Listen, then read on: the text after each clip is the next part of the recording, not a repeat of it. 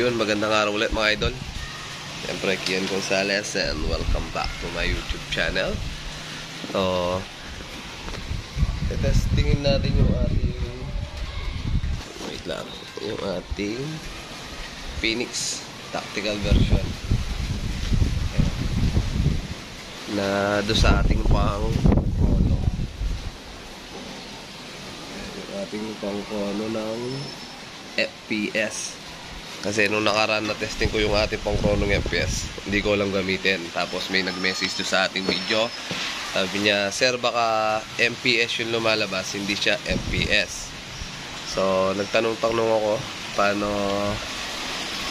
makuha yung ating FPS. Yan, may nakapagsabi, pwede naman daw isetting do sa ating pang chrono yung ating FPS. Kaya pala, nasa ano lang, 200 yung lumalabas, naka-MPS pala. So, ngayon alam na natin kung paano palabasin yung ating FPS. O, ito try natin dito sa ating tactical unit. I-reverse ko lang yung ating camera. So, ito yung ating tactical na Phoenix na bagong assemble. Naka BSA scope, ay BSA tuloy, Discovery scope 416, ayaw mag, ano yung 416 by 42 yung kanyang scope.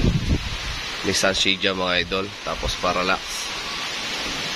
Ayan, yung atin naman Phoenix receiver tactical regulator 1.8 PSI.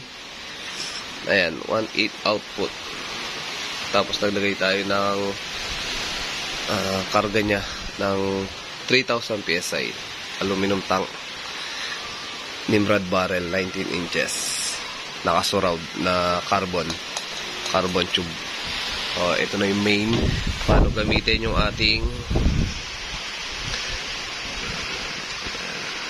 yan. Kapag pala inon, pag lumabas yung FPS, pindutin pala. Ayun, kapag nag-blink, yan, dyan pa lang siya FPS.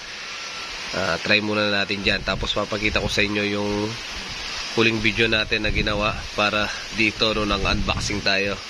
MPS pala yung nilalabas niya. Ayan, try natin yung kanyang FPS ngayon. Ay, FPS using Astro pellets. Tapos naglagay na rin akong target doon.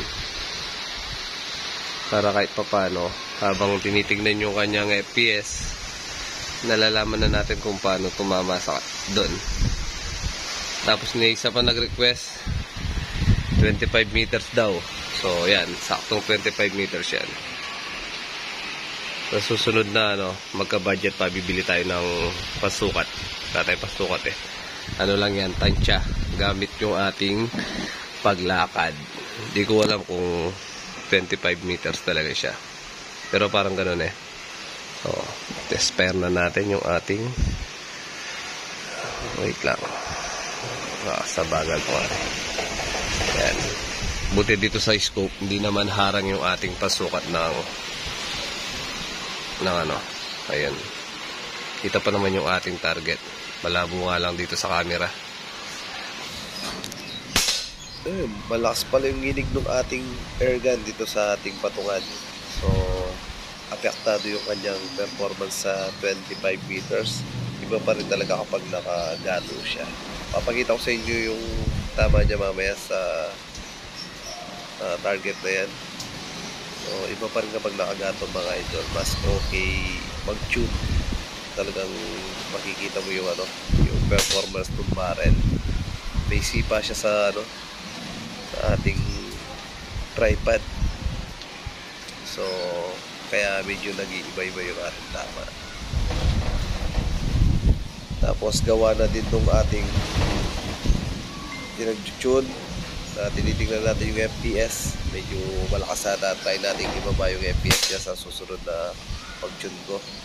Tingnan natin kung hanggang saan ang gusto ng ating Nimrod barrel na 19 inches.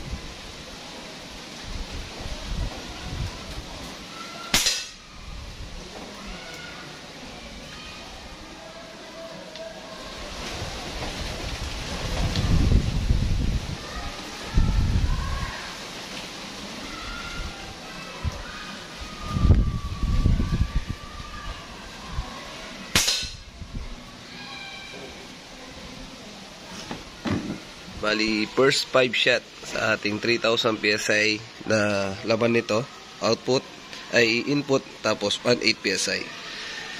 First shot. 919.8. Second, 924.0. Third, 909. Fourth, 922. Yan. 5, 924. So, naglalaro siya sa around 900. Ano yung kanina? Around 910. Sabihin na natin 10 hanggang 25. Yan, yung unang 5 shot natin na Astro Pellets. Yun, tapos na yung take 2 natin. Tignan muna natin kung ilan yung mga nilalabas niya. 1 shot, 124, 909, 922, 924, 917, 924, 909, 909, 911. So yun, nagre-range siya ng 905 hanggang 925. So okay naman siya. Yung ating sa mga gumagamit nito, mga di nakakalam. Ako, kala ko si Ryan. Hindi pala marunong yung gumagamit, kaya hindi. So yan, ngayon alam na natin gamitin.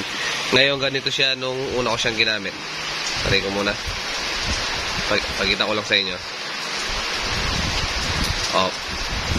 Nung unang unboxing ko sa mga nakapanood dyan, on.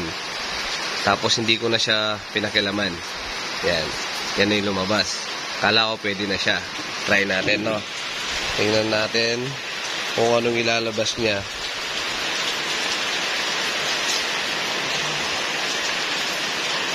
Try natin sa kahit 3 shot lang. Pakita ko lang sa inyo kung paano yung nangyari nung nakaraan.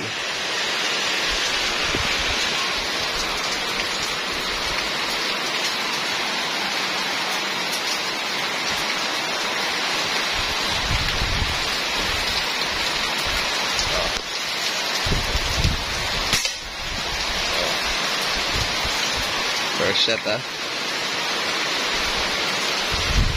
second shot.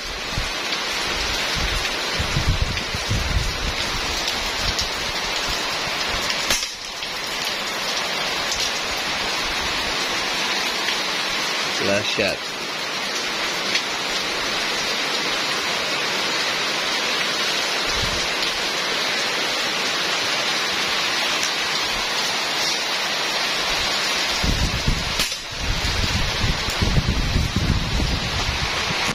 Yung nangyari nung nakaraan, kaya akala ko mahina yung ating PCP. First shot, bigla na 281 lang, 0.2, 279, 281. So akala ko mahina yung ating PCP. Tapos in-adjust ko yung kanyang yung trigger niya. Wala din nangyari. Hindi pala marunong yung gumagamit. So yun lang mga idol, sa maulan na araw na naman, at sana ay natutunan kahit paano kung paano gamitin yung ating pang-chrono. So ulitin lang natin, off natin pag gagamitin yung FPS. Ayan, off muna natin. Ayan, sa mga ganitong version, iba-iba yung version nila eh.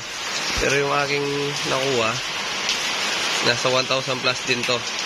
Kaya akala ko masira, sayang 1,000. On. Yan. Tapos kapag nakita na yung FPS, pindutin mo lang. Kapag nag-blink yan, naka-FPS na siya. So yun, ganun lang. Pwede ka na mag-fire. Yan, salamat sa nag-comment. Maraming salamat sa iyo, sir. Hindi dahil sa iyo, kaya yung ating pang-comment. Thank you very much.